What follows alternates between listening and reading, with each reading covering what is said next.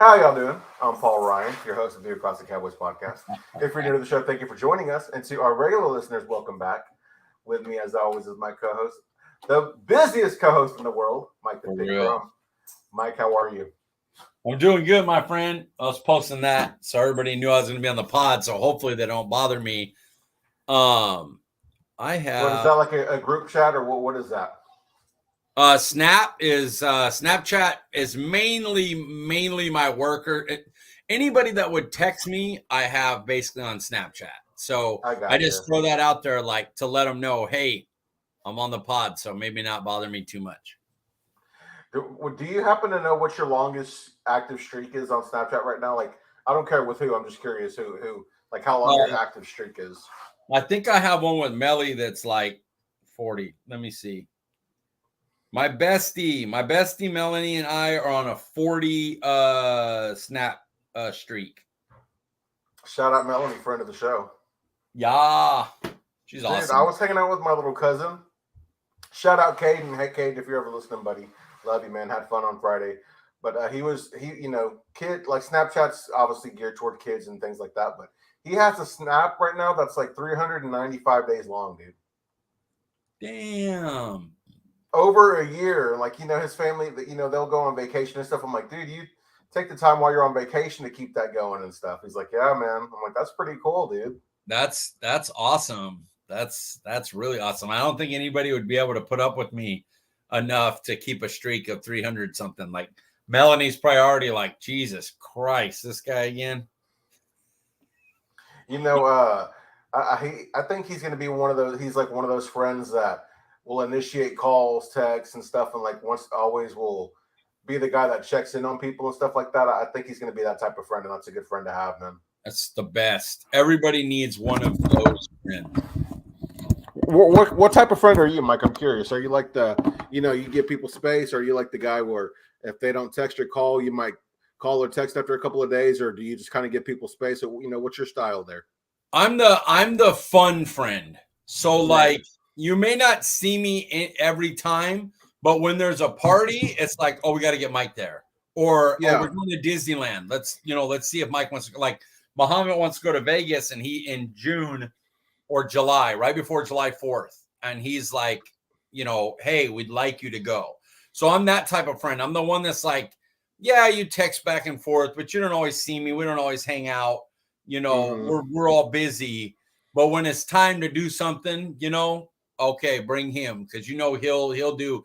You can literally do anything. I'll go listen to Spanish music, not know what the words are at all, and I'll be in there, grooving to the music, even though I don't know what the hell they're saying. Like, oh yeah, any environment, we'll have fun. So I'm like the fun friend, and then I can, if something serious is up, that's the other part. So I'm kind of like in the middle. There's not a lot of me, but if something real happens, you call me, or if something really fun is going to happen, you call me. And then in the middle, it's like a text. Hey, how you been?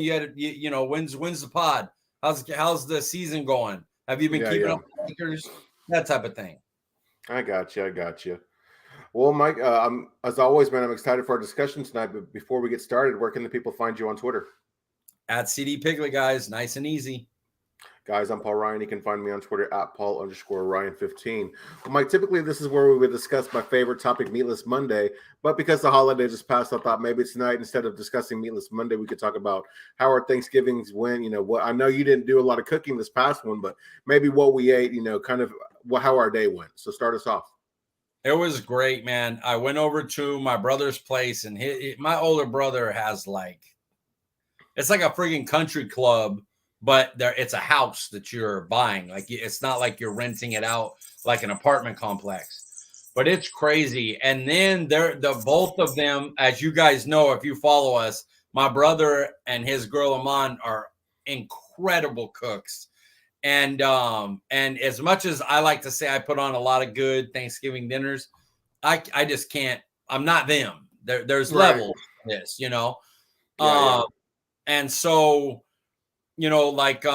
Jimmy G is a starting NFL quarterback, and then Patrick Mahomes. Like, I'm Jimmy G, Matt's Patrick Mahomes. Matt and Amon are Patrick Mahomes. So they put on turkey, ham. She made butter chicken, which is just my Lord. God, dude. And then they had mac and cheese.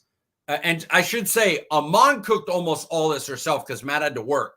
So he was doing like 600 turkeys or something in his own thing. So she was cooking almost everything for us. Yeah. And they did mashed potatoes, sweet potato mash. My brother did a green bean casserole, the best one I ever had. Like, that's not really my thing. It was but like how you make a casserole and still keep the green beans like tender, like that's, man, he's incredible. Still has some bite, some texture to him. Yes. And then cornbread, and I did the cranberry sauce, and it was fine, but it was like, you could tell, like, you could be like, everything else was actually stuff that belonged on a top 5, and my cranberry sauce was Red Baron frozen pizza. Like, it wasn't bad, but like, what is it doing in the top 5? So were there any specialty desserts there, Mike? Yeah, we had pecan pie. We had banana cream pie. Oh, God. All right, here we go. Another story for you guys. So I snap out all this stuff, right? I snap out all the desserts, food, and everything. So Melly, my bestie, my Snapchat bestie, she went on there and was like, hey, can you bring is there any of the extra banana cream pies that you could bring to work? And so I told her, of course, I'll bring you a banana pudding to work. And she goes, banana pudding? She goes, I've never had, what's banana pudding? I've never had that. And I go, well, I'll call it banana pudding because I'm not going to put on Snapchat, hey, I'll bring you my cream pie. Oh, God. So I was like, I wasn't going to put that. I'm sorry, girl. That was not going to happen. So, right. Yeah, that became a thing. So that is now the story around the family and at work. You don't want to put that you're going to give your friend a cream pie. Nope. Well, nothing's safe anymore, Mike. I'm sorry, man. You can't have me on here and think things are going to go bad. It's just how it goes. You know what's funny? It's Mike. It's like, what people think about your cooking, like based if there's like a potluck or a family dinner or something, and what they ask you to make and take care of. Like they'll say, hey, can you bring the mashed potatoes? Can you bring the stuffing? Can you bring the rolls, the mac and cheese? And then it's like the person who they don't like their cooking, like, hey, can you bring some ice? Can you bring some Cokes? And it's funny to me because I've seen your cooking. I've heard you talk about food. I know you went to culinary school, but your brother's like, hey, can you bring cranberry sauce? And I'm sure your cranberry sauce is amazing, but it's just funny to think about. Here's what happened is my mom wants cranberry sauce because they're traditionalists. They weren't going to have any. They're like, it doesn't go with stuff. Like, we don't need it. And my mom's like, well, can you make some cranberry sauce, just so we can have it there? And I was like, all right. And it's like, it's easy to do. You throw cranberries, sugar, salt, some citrus of your choice, and zest of that citrus into a pot, and you cook it down until they start to burst and everything. And it's basically done. You cool it in the fridge overnight, and the next day it's ready. So it's not difficult. It's just, there was no love in it. I was just trying to get it done because I'm like, dude, I don't want to put anything. So I'll just bring the cranberry for them. It ended up, I love it. Like when I make the sandwiches with the turkey mashed potatoes on the rolls, you put that cranberry for a little bit of tart. And it ended up amazing. But when I tasted it, it's just, I could tell. I could be like, okay, like it's good, but it don't belong here with this. Yeah. So, Mike, I'm sure I've told you this, but for those who don't know, my family and I, we don't celebrate holidays. However, we still spend time with our family on holidays because everybody's off, of course. So on Thanksgiving, we our family, we went to Old South Pancake House at breakfast, and everybody came to my wife and I's apartment, and we just kind of hung out. And I took care of, I should say my wife and I, we took care of dinner that night, and we had, we made a charcuterie board, we made spinach and artichoke dip as appetizers, and then I made a salad. And my first time making baked ziti. We're kind of going to discuss baked pasta dishes later, but you know what, Mike? I think I've come to find out that I'm not really a big pasta guy. Is that strange? Yeah, who does that? How do you not like? But do you know how hard this top 5 was? I was like, I could just name 5. I love like 50 friggin' pasta dishes. I don't know, man. Like whenever you cook for yourself, like especially when you first started cooking, like did you always nitpick your food? Like, nitpick like, man, this is okay. It could have been better. Like, always find yourself not giving yourself credit. Like when other people are like, wow, this is amazing. Oh man, this is great. 100%. Especially having to cook, like, damn, that's a hard thing to say. I don't want to say it like that. I'm going to put it away, but everybody thinks I'm a snob on here anyway with food, with my Red Baron dissing. So, like, I feel like sometimes I have to cook down to like oh wow. People don't want like this has like too much spice or too much, like I want it to be like how I want it, how I like it out of the box or whatever. And I'm like, bro, like this is not what we're trying to do here. And right. Sometimes when I'm cooking like that, I get overly defensive of when I'm cooking that type of food because I'm like, well, did I season it too much? I put too much, did I do something wrong here where they're not going to like it? So when I'm cooking for me now, I'm pretty confident because I feel like I know what I'm doing. But when I'm cooking something for somebody who wants something like a certain way that they don't really want it, how I feel like I would want it, then I get subconscious about that. Well, it's like, I put it on the table. Everybody kind of serves themselves, right? And immediately my sister's like, wow, Bubba, this is really good. Where'd you find this recipe? And my little cousin Princess, shout out Abby and Princess, she's like, wow, Paul Ryan, this is really good. And I'm like, well, what's wrong with it? I couldn't even accept a compliment. And then my brother-in-law Larry and his wife Lena, my sister-in-law, they're like, wow, Paul, this is really good. And my brother-in-law Larry, he had 3 servings of it. So, I know he wasn't like just saying it to say it, but I don't know. I don't know if it's the pasta dishes or it's just me being too hard on myself when I'm cooking for like, when I'm cooking and stuff. But I don't know. I felt like I could have been better.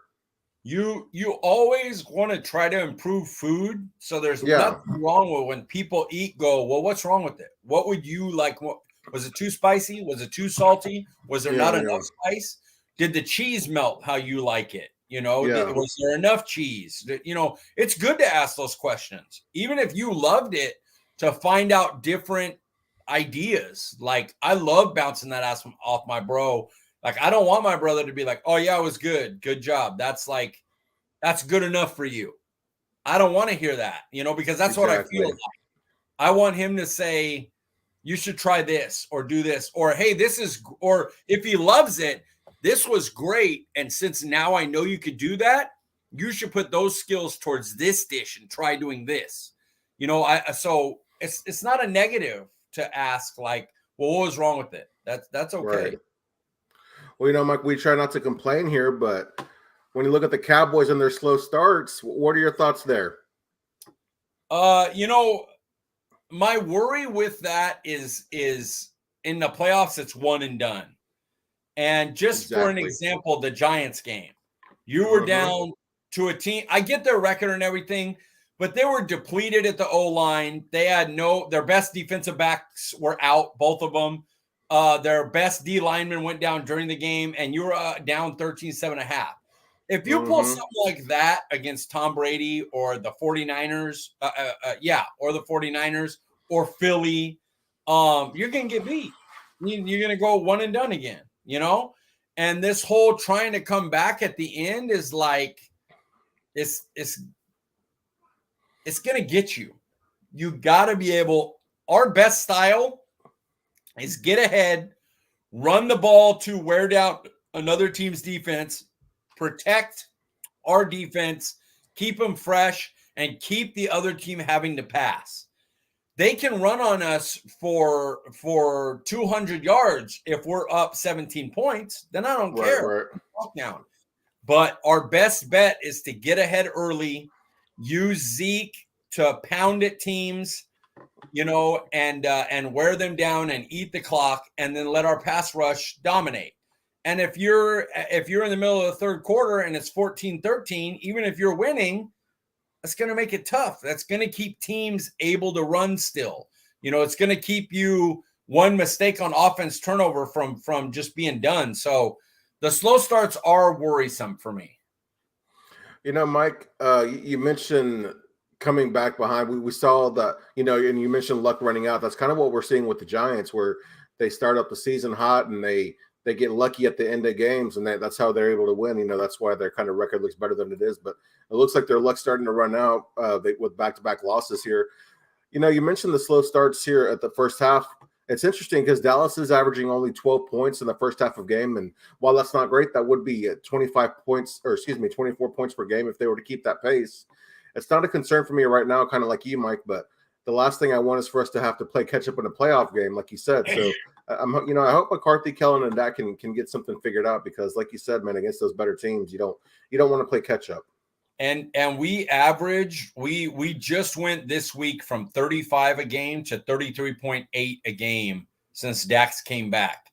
So imagine basically saying if our first half stuff went through, we'd average about 10 points less a game. Like that's not a small sum. Exactly. You know, when you look at that Giants game, was the first half defense or offense more of a concern to you? I'm going to go the offense, and the reason is they had a couple turnovers, and then they kept getting penalties to kill drives. And so while I could see either one, 7 points, you had 2 turnovers in their zone. You kept getting penalties to kill drives. So it's like I personally had offense more. Sloppy. Yeah, it was sloppy. It really was. It felt like they were playing with their food. Yeah, and I mean, you know, the Giants were on 4 days rest, the Cowboys were on 4 days rest while also traveling. You can make excuses, but you hate to see a team that's been playing as well as the Cowboys have, and the games prior to that. I don't know. I guess when you go from a game like the Giants or from the Vikings to the Giants, it's kind of like, well, you know, what are we doing here, guys? But for me, you know, a bigger concern, I felt like after giving up 155 total yards, 13 points, and only getting one sack against the depleted O-line, I felt like the defense was a bigger concern for me, Mike. I have no problem with that because you're right. The O-line was just like they had like one. I think Andrew Thomas was the only starter on the line, and he had to play Micah the whole game. So yeah, they should have done more, you know. And I chalk it up. I hate Thursday night games. I think Thursday night games are trash. I understand they're never going to go away, so I'm not going to get in that soapbox. There's too much money. But Thursday and the Thanksgiving game I would keep because that's like a tradition. So even if you got rid of Thursday night games, this Thursday would have been one of those times you had a Thursday night. But just your human body is not meant to car crash that many times on Sunday and then in 3 days come back and do it again. So it's like, you know, it is what it is. You're going to have sloppy Thursday games. Oh, yeah, for sure. So when you look at the offense, Mike, what changed for the Cowboys offense from the first half to the second half?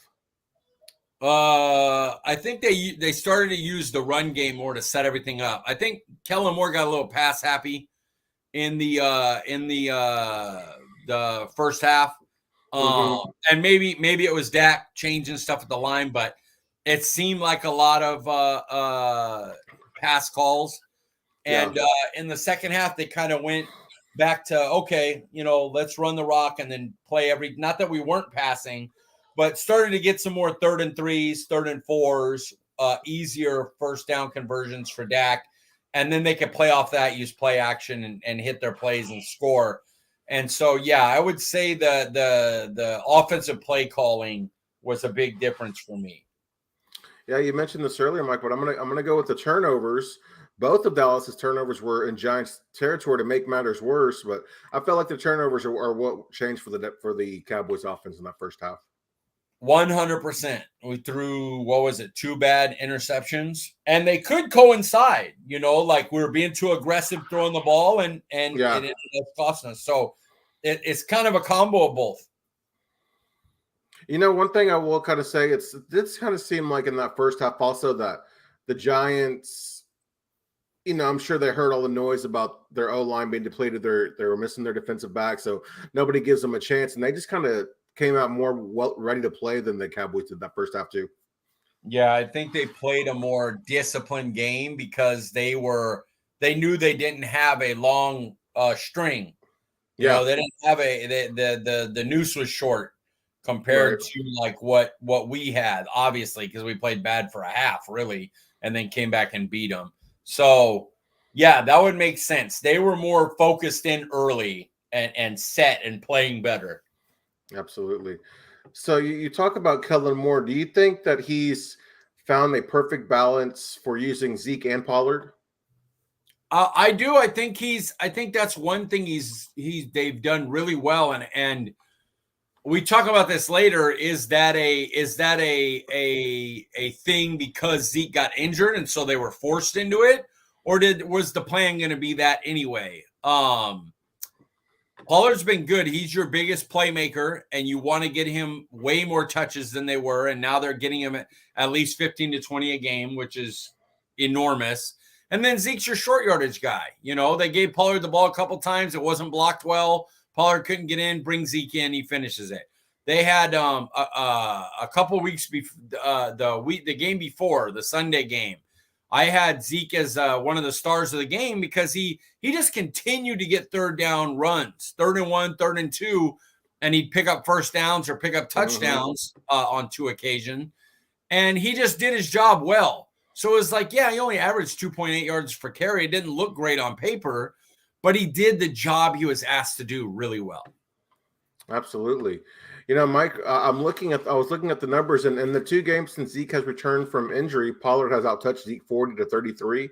But the interesting thing about it is they're being used the way we discussed a few weeks ago, with Zeke's getting the early downs, the short down and distance, and the red zone work, while Pollard kind of gets those high value touches and receptions. I really do think that we've seen Kellen Moore finally figure out a way to utilize them both, and both make sure that they can, do those roles and have certain. They're I guess maximize their roles in the offense, if you will. Yeah, I agree. I think he's done really, really well, and a lot of it stemmed from the Zeke injury. It's crazy how good our running backs and tight ends have just been this year, man. Yeah, they've stepped up, especially under Cooper. Like not that they haven't done well, but yeah, it's they've had better numbers with Dak, obviously, because he's a better quarterback. But I figured they had more, like with Cooper Rush there's more stuff they had to like focus in and be set on. And since then, that helped them like grow up quick. Yeah. It's like something happens in the house and you got to start working to pay bills. Like it's not that you're going to be very skilled when you get out there, but you learn under fire. And then soon enough, you have that, and that's how they are. Dak comes in and you kind of have those skills you need already, and now they're rolling. For a second there, I thought you were talking about Amari Cooper. No, Cooper Rush. Oh, Amari Cooper's playing well this year. We gotta be real about that. Like as Cowboy fans, we have to understand that like that was a mistake. The reason that they're going after OBJ right now, a guy who may not play, like we don't know if he's even going to be like the same guy coming off of 2 ACLs, like is because they shipped off Amari Cooper, who's on pace for like 1,200 yards and 10 touchdowns for a fifth round pick and a 6th round swap. Like Cleveland killed us in that trade. Like that's just all there is to it. Like we cannot like him, or he was hurt, or he didn't show up sometimes. Just look at the numbers between Noah Brown and Amari Cooper. So, and guys, just remark, it's okay to like Amari Cooper just because he's no longer a Dallas Cowboys. And it's okay to also like CeeDee Lamb. I don't have any ill will towards Amari Cooper, but I find it strange that the part of the fan base that like dislikes Amari Cooper. I mean, I understand it was a bad trade, but just because he's not on the team, I mean, and obviously we can't control what he gets traded for. You don't have to dislike him. The weird ones are the ones that dislike him just to try to like put the front office as smart. Oh yeah, it was smart to get rid of him. No, it wasn't. You had a better shot contending for a Super Bowl if Amari Cooper's on your team this year, period. Yeah, especially with, how slowly Gallup's been kind of take to get going and everything. Yeah, can you imagine right now you have Cooper Lamb as your 1-1, and then now Michael Gallup's able to come back and take his time to come back. Like, man, yeah. I wish. Sticking kind of with the Pollard and Zeke subject, Mike, do you think the Cowboys are bringing Zeke along slowly from injury, or have they transitioned to Pollard being the lead guy in touches, you think? I think Pollard's going to be the number one. I think they've kind of dug out a role for Zeke of short yardage, red zone, when we get a bit of a lead and we need to make teams tackle, and physically tackle and try to wear them down. That's Zeke's role. But I think they know Pollard's their best playmaker. They got to get him 15 touches minimum a game. And so, he's getting them now, and that's a good thing. So I think Pollard's the main one now. Yeah, and I think he's probably starting to gain the trust a little bit more of Dak as well with his improvement in the pass blocking as well. Or I pass agree. pro, excuse me. He saved Dak once or twice in this last game. Yeah, and I kind of like we saw the Vikings game when Zeke came back from injury. We let him kind of start that drive off. I don't care if Zeke starts the game with touches, but just as long as at the end, Pollard is heavily involved, and even if he might not out-touch him every week, but he's still getting a minimum of 15 touches per game. I'm okay with that. Yes, I'm good with Zeke starting. Zeke is start because you want to make those guys tackle early. Mm-hmm. Get them like, God dang, we have to do this the whole game. It's demoralizing. So yeah, I like starting with Zeke. Yeah. Mike, we're seeing a string of CeeDee Lamb where he's starting to answer those questions about his ability to be the team's number one wide receiver. What do you think's changed for him these last few games? I think Dak's kind of gotten now into regular season form. Tampa came, He gets hurt. He gets 5 days off. Then the Detroit game, he doesn't look great. Bears game looks better, and on and on and on. And as he's getting better, we notice Michael Gallup's making more plays. Schultz is night and day between Dak and when Cooper's in there. And I think Lamb's the same way. I just think that they're getting in a role, they're getting in a rhythm, and that's why he's starting to crush. Yeah, for me, Mike, I was looking at it, and this may be an easy answer, but I feel like it's a combination of things, and one being the 3-year wide receiver leap and the chemistry with Dak. Because in the 3 years that Lamb has been in Dallas, he and Dak have only played a total of 25 games together out of a possible 38. I mean, that's 13 games missed. That's the better part of a season. That's a lot of time to miss, man. I agree, and it's not just that they don't get to practice, because how's Dak practicing on one leg? Right. So it is a thing, 100%. So you kind of touched on it earlier, Mike, about Micah Parsons and Andrew Thomas. It sounds like you weren't a fan of Parsons being lined up on Thomas all game. What was your reasoning there? I'm 50-50 on it, because one half of me says it's like in Major League, where the guy, if you haven't seen the movie, it's a movie about the Cleveland Indians winning everything. And in the second one, he's like, I want Parkman. And they're like, yeah, but you're batting against this guy. He's like, I want Parkman. And he's like, what are you going to do? He's like, I'm going to walk him and pitch to Parkman. And you're like, you're not walking the crappy guy to friggin' face Parkman. No way. Mm-hmm. Then he does it and gets him out, because it's like your main guy needs that motivation. He wants that, I'm going to go against that guy and beat him. And I understand that. My worry is, is that the best schematic thing to do as far as winning a game? Like, wouldn't it be better to put Parsons against crappier players so he can win more and affect the game more? Mm-hmm. So, I think I lean kind of towards that. I would rather, hey, look, Michael, we're going to give you plenty of attempts against Andrew Thomas, and if you're as good as you say, then beat him in the few attempts you get. That's what you need to do. Beat him when you get a chance. But it's better for the team if you do this, this, and this. So as far as skill goes, I mean, with Andrew Thomas and Micah Parsons, I mean, is that like a fair matchup, or is that something that Parsons should just dominate him every time? What kind of, can you break that down a little bit for us? I don't think there is a fair matchup for Micah Parsons. I don't think there's a left. When Tyron was in camp, this is Tyron. Parsons was abusing. Parsons is that dude. So I don't care who you put out there. You match him up against Trent Williams all game, he probably gets a sack or two. Mm-hmm. He's just that level. He's that quality. Right. So, okay, but so what are your thoughts on Andrew Thomas as a lineman? He hadn't given up a sack until he ran into Micah Parsons. He's a beast. He's killing this year. He's a guy as well. Oh yeah, there's a reason they called him with Trent Williams. I think still hurt with injury, or he was injured, or hasn't had as good a year. Something has been up with Trent Williams, and people had Andrew Thomas as the number one left tackle in the NFL, and that's why Parsons wanted to go against him, and he got him twice. He got 2 sacks, and Thomas had 0 against everyone else he played. So it tells you how great those 2 players are. Right. So, Mike, speaking of Parsons, do Dallas fans take him for granted? I have a bit of a funny story here, but I want to hear your answer first. I believe they do. I hope he's not. He's the best defensive player in the NFL. And the thing is, it's hard to say they do because I see how some people are with Trayvon Diggs.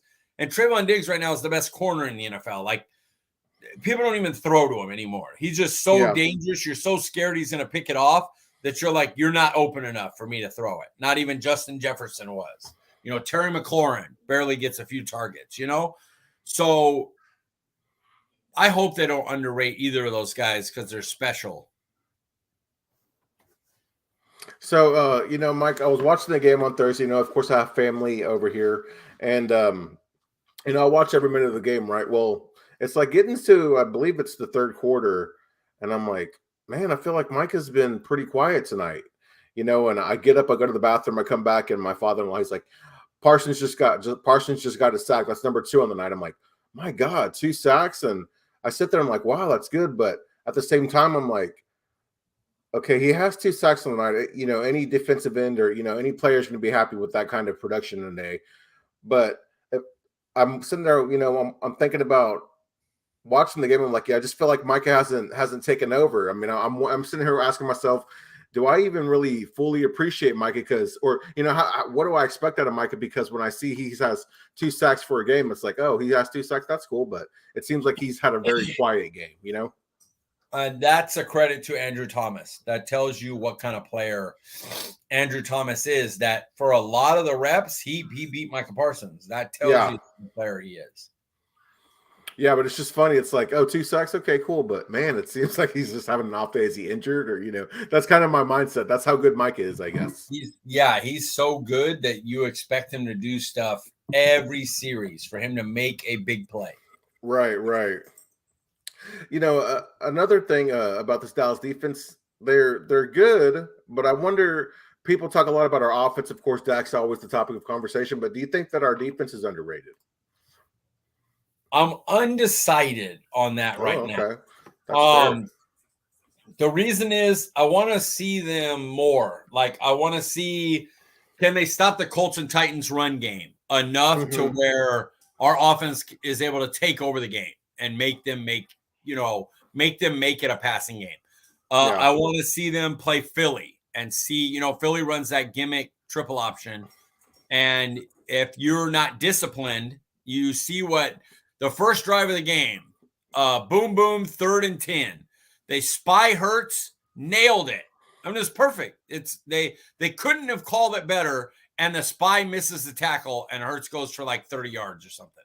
Yeah. And that was it. They basically went on, and from there on couldn't stop them that drive, and they went and scored easy. If you're very disciplined, like extremely disciplined, and everyone does their job well, you can handle the Philly offense. Like, it's very difficult to stop, but it's also, there's only so much things they're going to do. And if you bring up walls for those things and leave it to Hurts to like throw it to a victory, they'll have trouble. And so I want to see what they do, seeing the defense a second time. How do they adjust and help stop Philly? So I've seen you kind of you and Foots the King, shout out to him on Twitter, but you guys talking about the Philly offense and everything being a gimmick. But what exactly do you mean by that? And you mentioned a disciplined defense being able to stop it. How do you stop that type of offense, do you think? Okay, so here's the thing. they run a variation of the triple option. That's what they run most plays. People think I used to make me laugh. Tim Tebow would throw a dart, and people would go, people say Tim Tebow can't throw. You're like, yeah, the word you're missing is consistently. Right. Like, so consistently, what the Eagles do is a variation on the triple option. That is their basic offense. Now, when they need to, can they do that Quez Watkins throw where they went deep out and he threw it to the end zone right before half? Yes. Jalen Hurts, it doesn't mean Jalen Hurts is a moron that can't make an NFL throw. He makes those throws and he's doing them so well. That's one of the things that makes them so difficult. But the idea is if you're disciplined in your rush lanes and you keep your quarterback in the pocket and then you collapsing in on him, and you maintain your gaps in your run fits, you can do a good job against the Eagles. The Colts did it great until they started to lose contain on the last drive to Jalen. Jalen started just running on them. They added a little thing where they were like, hey, if they're going to play our set like this, the way they are, then Jalen, you just need to run it. Just take off, make it a run play. And the Colts didn't adjust to it in time. And the Packers started off the same way. Eagles started doing that early, and then Packers adjusted, and that ended up, not working as well. But that's kind of what I mean. Like the one of the reasons Green Bay couldn't stop them is you would see so many times that the rusher would just go around the edge like a regular rush, and Jalen Hurts would step out and take off. It happened towards Lane Johnson's side all game long. We got to know, like Tank, he's got to know, hey, we got a power rush. We're not going around because we can't lose contain. The spy has to tackle. If you're set up and the guy goes to run and the spy's right there and he missed the tackle, 30-yard gain. So it's just a very difficult. The Eagles fans took it as an insult because they're trying to protect their quarterback, because it's a gimmick because the quarterback has limitations. He needs reads fed to him. That's something that you learn, but he's not there yet. He's not great at seeing it. So he needs, if you watch, he almost never turns his back on a play action. Well, why is that? Well, they don't want him having to turn and figure stuff out fast. So they put it right in front of him. Okay, I'm handing off okay, this guy's doing that. Boom. Put it right in front of him. Okay, if this guy goes here, this is what you do. If this guy goes here, this is what you do. If they both do this, here's your next one. So the reads are kind of defined for him easier in that type of offense. But they built it perfect. Like, it's not an insult. Like, they have a great O-line. They have a great running quarterback. They have receivers that can make plays on the outside, and they have an excellent tight end when he's healthy. So that triple option is hard to stop. Just because you say it's a gimmick doesn't mean it's not a good offense. It just is the triple option eventually gets figured out.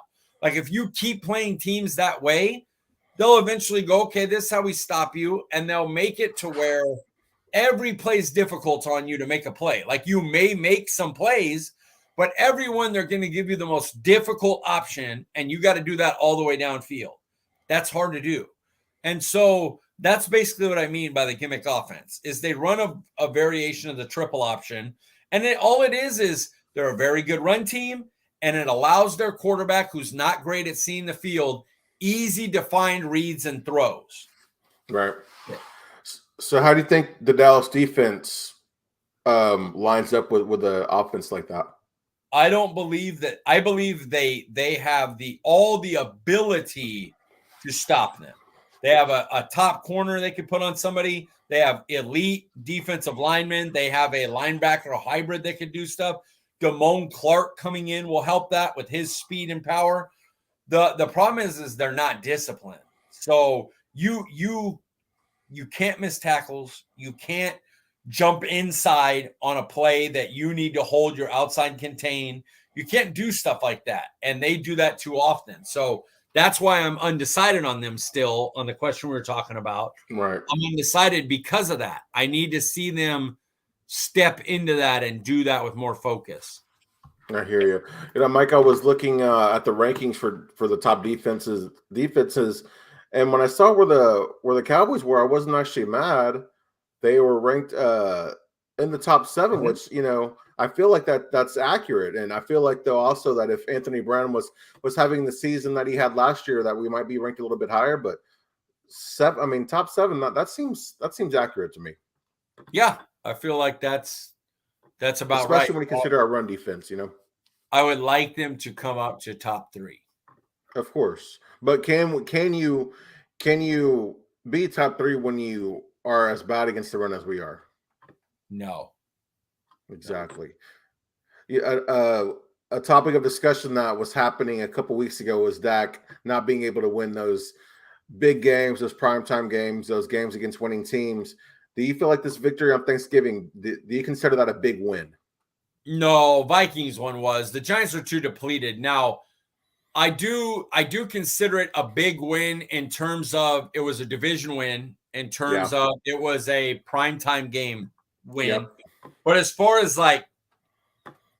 and Dak rose his record against winning teams as well. Mm-hmm. I think he's now 21-24 versus 20-24, I believe. But yeah, 20-24.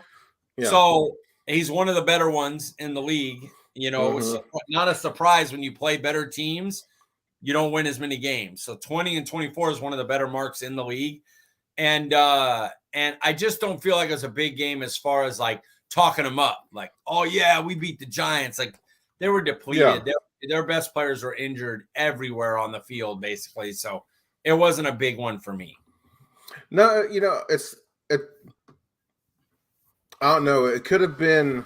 I think that there's a difference between a signature win and a big win. For me, I do think it was a big win only because it's prime time, it's Thanksgiving, it's a divisional foe, and it's our third game in 14 days, which we could have been like, okay, we beat the Vikings. I don't know. They could have maybe taken a breath and be like, if we lose this one, it's okay because we need to be prepared for Indianapolis. We got a tough stretch of physical teams coming up, but we didn't do that, So I felt like this was the big one for me.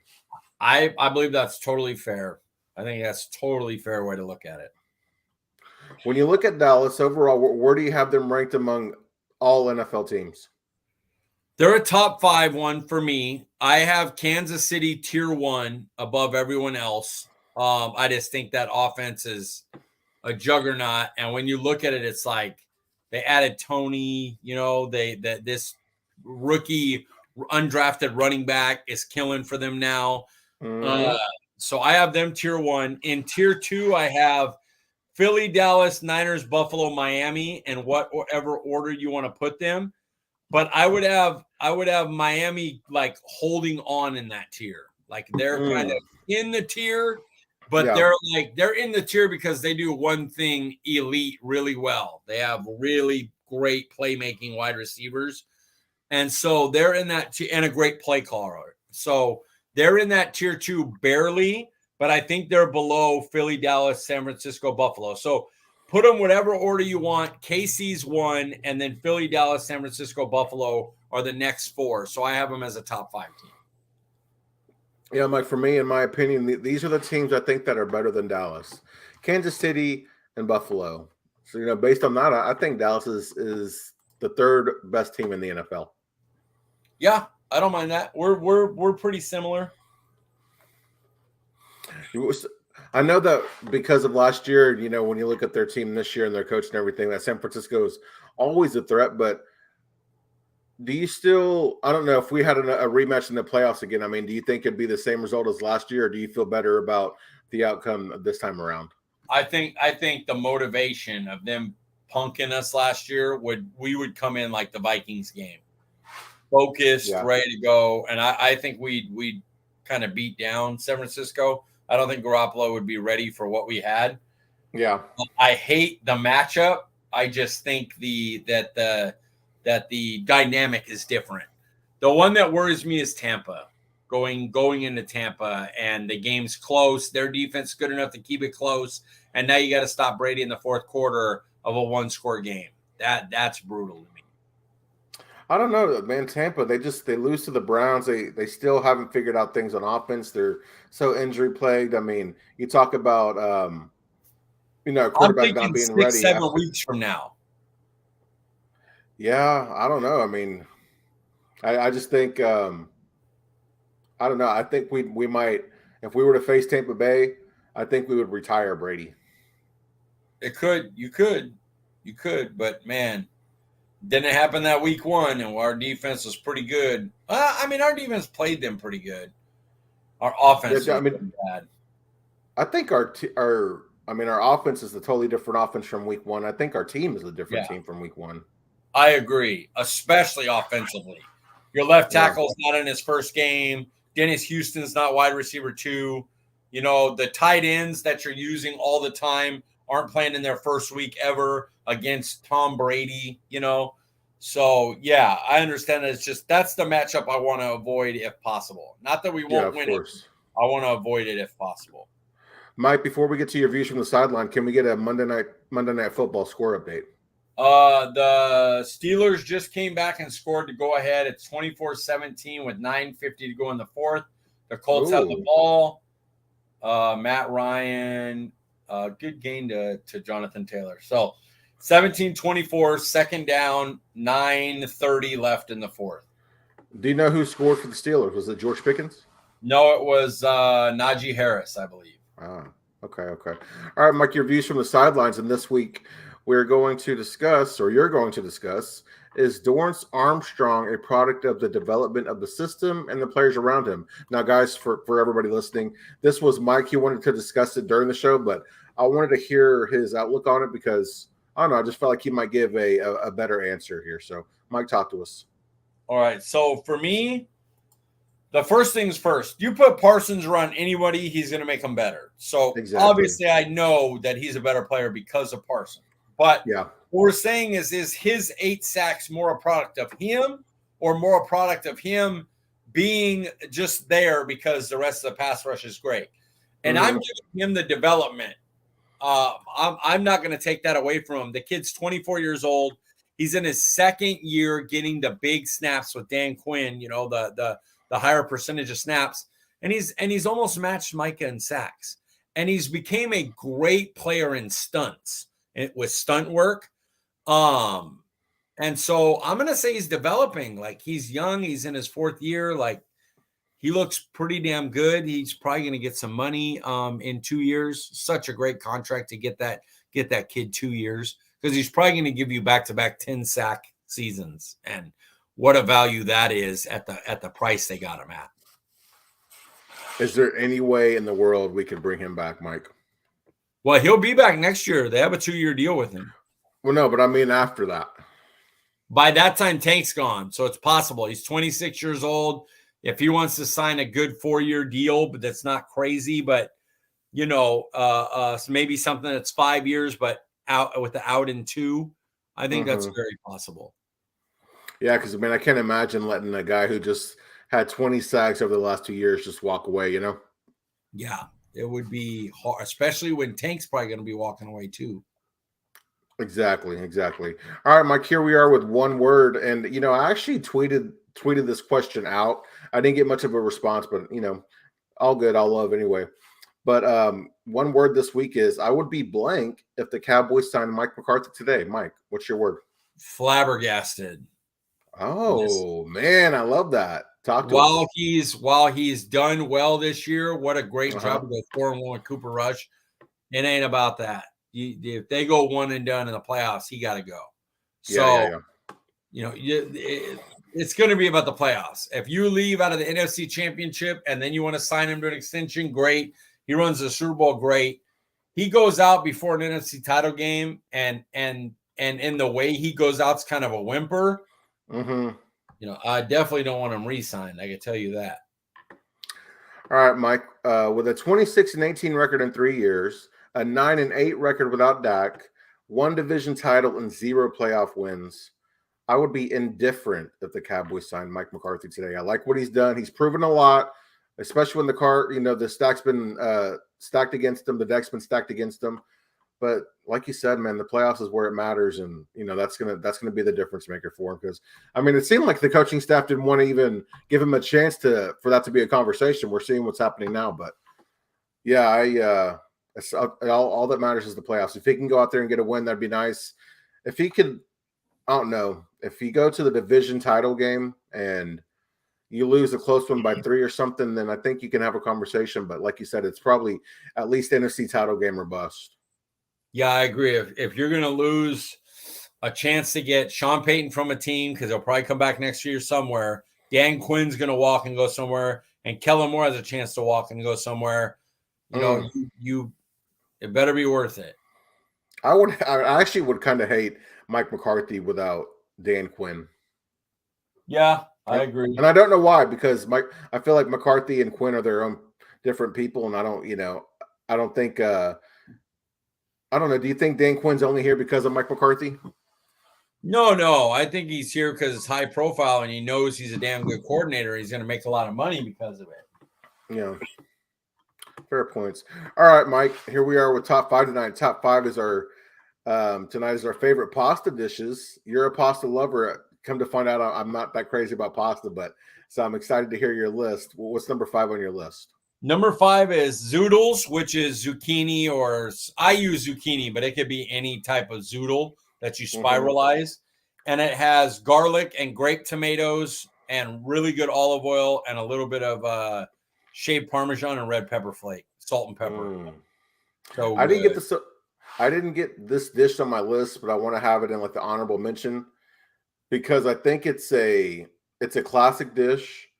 It's something most of us probably grew up eating, and I think you can even kind of like refine it and kind of make a grown-up version, if you will, of it. But I just want to give a shout out to butter noodles. Good one. Yes.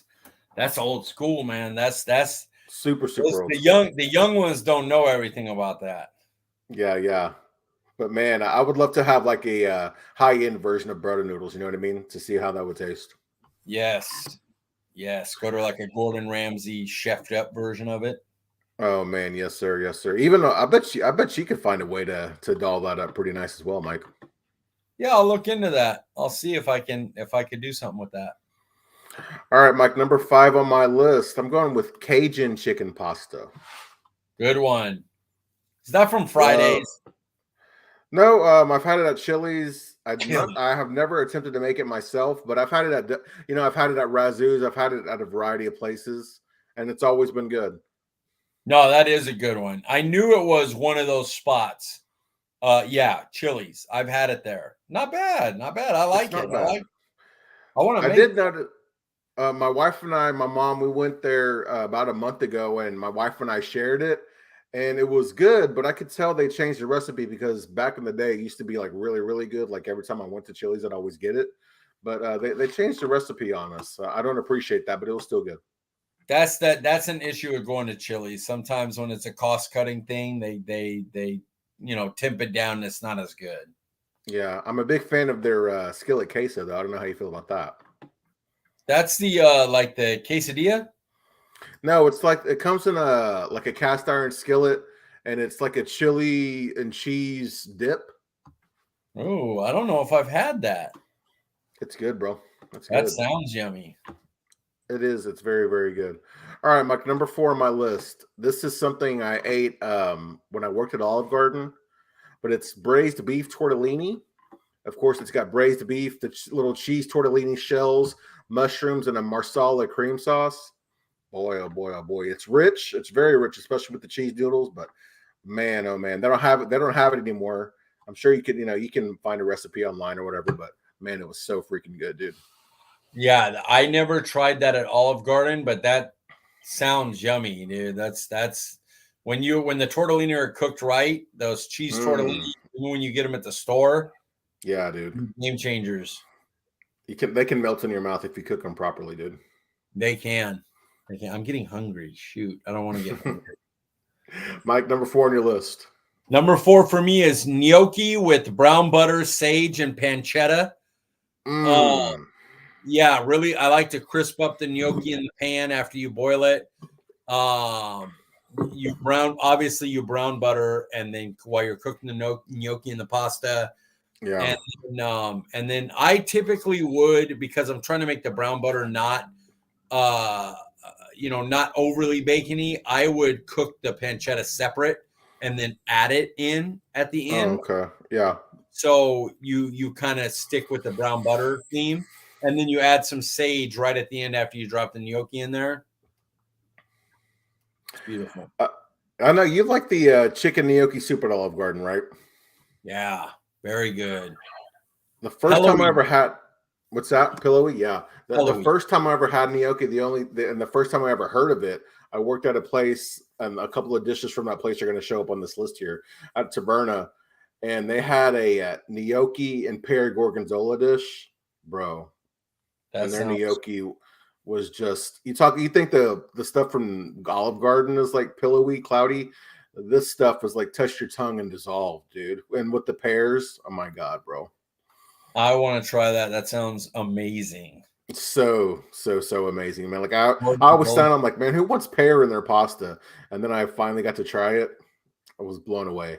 A little hint, I'm sure I've used before on here, but when you're making any type of pasta that's like spaghetti, angel hair, linguine, that type of spaghetti, put zoodles in it. Don't cook them or saute them or anything.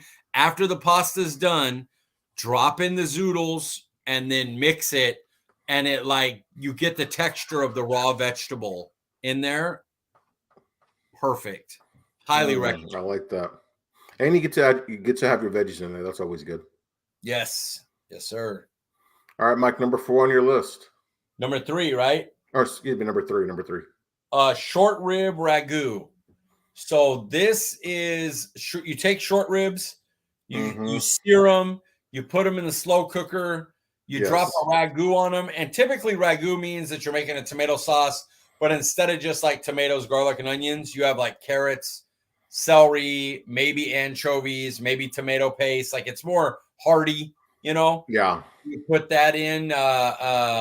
You put that in over the short ribs, and you let them finish in that. Like you could do it overnight, and then pull the short ribs off the bone. You know, tear them, mix it in with the ragu, and then normally you do a thick like pappardelle pasta. That's the one.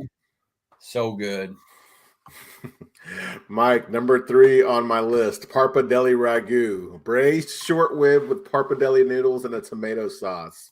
We've been on one. Yeah, we have, dude. I think every week we've had something on the list that matched. But yeah, that was the first time I ever had braised beef of any kind. I want to say, you know, maybe I take that back. You know, thinking about going to taco trucks or whatever, having like carnitas and stuff like that. But the first time having, I think short ribs was at Taverna, man, and I'll never forget just how the braised short rib just melted in your mouth, dude, and the sauce being so rich and like hearty. One of the best pasta dishes I've ever had. It is. There's a reason it's in both of our top 5s. It's top 3. It's incredible. Mike, it sounds like we've got a fan in the chat tonight. Shout out to SexChat69 site. It says free Vert Girls chat with a kissy lips emoji. Is that one of your fans? Hey, Melanie. No, I'm just kidding. Melanie, get out of here. All right. Oh, hey, we must be doing something right if at least we've got some comments and we're getting some bots' attentions, right? Yeah, the bots are in. The sex bots are in. Dude, I used to get a DM from them, man, every single day, and I just block on our podcast account, dude. We get followed by so many like OnlyFans and bot girls, dude. It's ridiculous. I get a lot of them too. Unfortunately, I'd say if they cleared those out, I'd probably go from near 5,000 followers, probably like 4. Like yeah. I don't follow back often anymore. Just how it is. You don't know what people are, and there's too much politics and too much. Like I don't even really comment any in the there's a Cowboy. There's 2 Cowboys chats that I'm in, and one of them is very you know, they talk about Elon Musk a lot and everything. They talk a lot of Cowboy stuff, but I just don't really get into it too much. It's too political, you know, and a lot of it is that, and it's too bad. No biggie. Like I don't leave it or anything. I read and listen, but I don't really go into commenting anymore in there. I love everybody in that group. I just don't want to get into Elon Musk and you know, politics stuff. It's just not for me. Dude, it was so weird when I guess was it last week or the week before when people were like, if this is our last day here, it was fun, and like nothing happened the next day. Like people thought Twitter was going to be deleted or something. I thought that was very strange. Yeah, it's political stuff. It's Yeah. there's a segment that didn't want Trump back in there. I don't care if Trump's on there or not. I'm not a guy that votes for him. Especially after this, the stuff that went on after the election stuff kind of turned me off completely to that kind of stuff. I didn't like that, but I don't care if he's on Twitter or anything. That don't bother me. So I'm not going to hate Elon Musk. Like he's making electric cars and kicking ass. Take Twitter and try to do something with it. Who cares? But it was just too like, I don't want to hear about it. Like, I don't see it. Like, there's the group that's like, oh, he's the worst thing in the world. And the other is, and I'm just sitting in the middle, like, I don't care. Can I just get to where I don't hear about it? I just don't want to hear about it. That's all I care. That they say, what do you, you like Joe Biden? Why do you like Joe Biden? Because I never hear about him. I never hear. He's not on anything. I don't watch political news. But when you have a personality like Donald Trump's he's such a big personality that he transcends that. And I don't want to hear about that. I want to cast my vote and they go do their shit and then I don't have to pay attention to it anymore. And that's my main thing about like, well, what'd you like about the Joe Biden? I couldn't tell you a thing in his bill that he passed for interstate, whatever, anything like that. I couldn't tell you. But I know I don't hear nothing about him. So that's how I am. I'm kind of gotten tired of hearing about Elon Musk and politics and all that stuff. I hear you, Mike. I hear you. So back to our top five here before we go down a political wormhole here, Mike. We lost the sex bot. Yeah, thank goodness. Number 2, another famous dish from Taverna. Shout out, man. Love that place. Missed that place. But Paglia e Fieno. And what it is, it's green and white taglione noodles with chicken, wild mushrooms, truffle oil, and cream sauce. The first time I ever had it, though, I had it with my cousin Ryan. Shout out to Price. He had a special version that the chef made him with, which was sub tomato cream sauce, and then add veggies like you're talking about, like the zoodles. But they were cooked though. But they still had some nice texture to them. But they were like, they were cut like noodles, the squash and zucchini. Man, oh man, oh man. But even the traditional version, with the regular cream sauce and everything, it's still delicious. But when you get the tomato cream sauce and the veggies, is the pasta tagliatelle? It's taglione, Taglioni. I don't think I've ever used that. And it was the first time I ever saw a green noodle. Wow. All right. I'm gonna look that up. I don't know that one. It's like it's like a thin spaghetti. Okay, a thin, like angel hair pasta. No, not like angel hair. I don't really care for angel hair. It's thicker than that.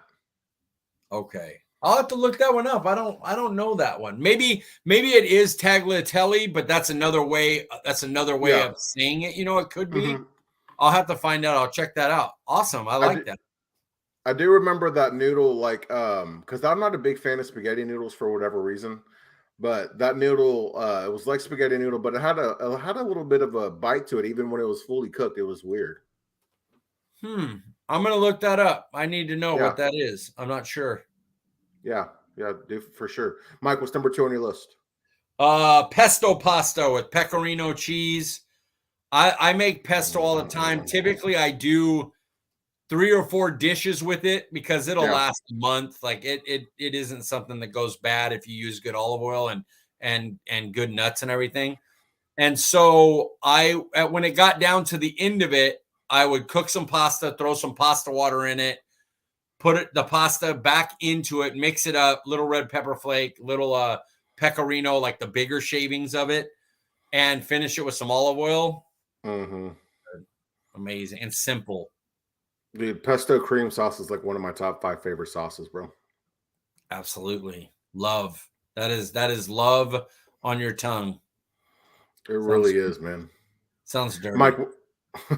Next spot's going to come back. All right, Mike, here we are. Number 1 on your list. What is it? Spaghetti carbonara. That's my Oh, jam. I love the bacon or pancetta, whatever you want to use. mm-hmm. I love the viscosity of the egg yolk sauce.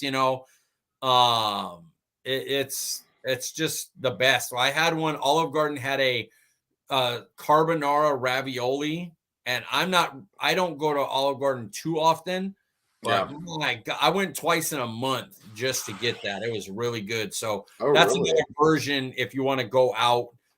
It's currently, I think, there because it was only like 6 weeks ago when I went. So Mm-hmm. it's really good. Spaghetti carbonara is my favorite, and the carbonara ravioli from Olive Garden was pretty damn good. I love their chicken and shrimp carbonara. I remember you telling me about that on that episode, and then not too much longer, I ended up going to Olive Garden. My wife and I almost got that. We ended up getting something else, but I want to try that because I do like ravioli. It's really good. It's fantastic. Yes, sir. All right, Mike. Number one on my list. I'm a basic B. Going back to my roots, Olive Garden. I mean, I love this dish anywhere, but Olive Garden probably has my favorite fettuccine alfredo, sir. It's it's easy. I mean, that's like comfort food at its best. Do you do Really, chicken or shrimp? I love. You know what? I prefer seafood, but I can have it plain. I can have it with chicken. And I love it with shrimp and scallops, dude. I agree. It's so easy to make too. That's what makes Yeah. it. It's it's a beautiful. When you're like, sorry, I was gonna say when you're adding the butter and the cheese and the heavy cream, it's like you feel your blood pressure just rising by the minute. You're having pasta. That's the idea. Exactly. If you're having Right. pasta, go at it, dude. Kill it. Destroy. Man, I love just you have that big bowl of Alfredo, you finish it, you get your breadstick and like you lick the bowl clean, hypothetically, of course, but get that breadstick and you just clean your plate with it, bro. Mm. Yes. It's a great feeling. And you're full by that point, but you got to finish that damn breadstick. It's yes. One thing about your list, it sounds like more authentic dishes, which I probably would like more than the stuff that I try to make or the stuff that I've had. I mean, I'll go to like these mom and pops places and I always get like chicken parm or fettuccine alfredo and stuff. But the things you mentioned, like they're so simple, but they sound elegant. I think a big difference is I cook all those. So Yeah, these are ones that I cook in my house that I'm like, okay, because like I like fettuccine alfredo better than I do the zoodles with tomatoes and garlic. I'll right. admit that. When you said that, I was like, oh yeah, duh, that should have been on there. But I kind of go through in my head and go, I make this all the time. I make this all the time. I make this all the time. So these are my top dishes because I make them for myself all the time. Exactly. Whereas a lot of yours are from the restaurants you work at or you go and frequent and eat, and they're not going to have you know pesto pasta with pecorino and gnocchi with brown butter, sage, and pancetta. Like, it's more spaghetti and meatballs, baked ziti, which you made a really good one of. You talked about earlier. I meant to Chicken send and you a picture and I forgot too. you're dead to me. Fettuccine Alfredo, like those are the things you get at restaurants and places like that. So Yeah. I think that's what a lot of it's what makes the dishes, what makes our top fives interesting is because and this, I'm not doing this one as an insult, but at the easiest one, a Red Baron's not going to be on my list. I'm going to have some foo-foo bullshit one where people would probably rather go, can I just get the Red Baron than this guy's fucking Thai pizza with cashews and basil, and you know what I mean? Like Yeah. people, yeah, I'll just take the Red Baron. Thanks. I don't know what the hell I'm gonna get with this guy with his macadamia nut, fucking spring onion charred pizza. And I'm like, Right. it's a good. That's why I like our top five, especially food. It's a good back and forth. And then we both had short rib ragu. Yeah, dude. If you've never had short rib ragu, and there's a Italian place that makes good food, I would think any good Italian restaurant would have short rib ragu, but maybe it's Listen, more of like the I don't know, upper scale dish. Listen, salt and pepper, sear off the short rib, stick it in a slow cooker, dice up carrot, onion, or fennel. Fennel celery, carrot, saute it in the short ribs where you seared them. Add some tomato paste, red wine, red pepper flake. Cook that, let that go down. Add your good canned tomatoes. Get some good ones. One crushed, one whole that you crush into it. Take that garlic and then pour it over the top of the short ribs and let it go on low for 8 hours. Then take the short ribs out, pull it, put it in, cook your pasta, mix it in with it. It's done. If you want to make it real good, make the short ribs. Once they're done, don't tear them apart. Take it and stick it in the fridge all night. Next day, make your pasta, cook it about 3/4 of the way. Take your stuff, shred it apart, put it in the pan, some in the pan. Take some of the pasta, put it in, finish it cooking with the ragu, your Parmesan, your olive oil over the top, a pinch of red pepper flake or pepper.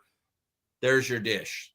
So now you got it. You got to run this back a few times because I know I said it fast, but just do it, and you will have that as one of your top 5 dishes. I promise you.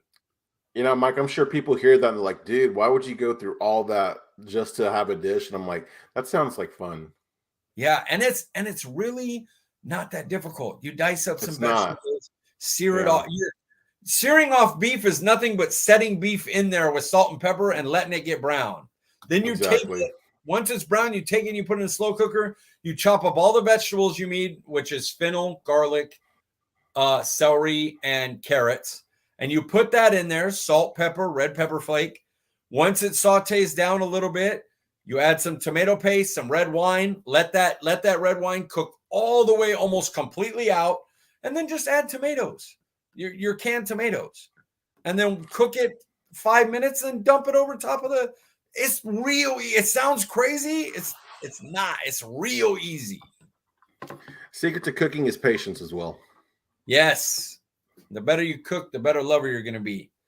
That Gallagher said it a long time ago. He's all, if you could take your time to whisk and do everything and bake the crust and make this quiche, it's going to be a lot better than go, fuck it, I'm going to make scrambled eggs. Right, yeah, that makes sense. That makes a lot of sense. Mike, I was looking, we were about 3/4 of the way through the show sheet. We were at 34 minutes. I was like, hey, we might get under an hour, and here we are at 1 hour, 12 minutes. Well, you can't put a pasta dish up and not think my fat ass is going to take a half an hour to take 5 dishes.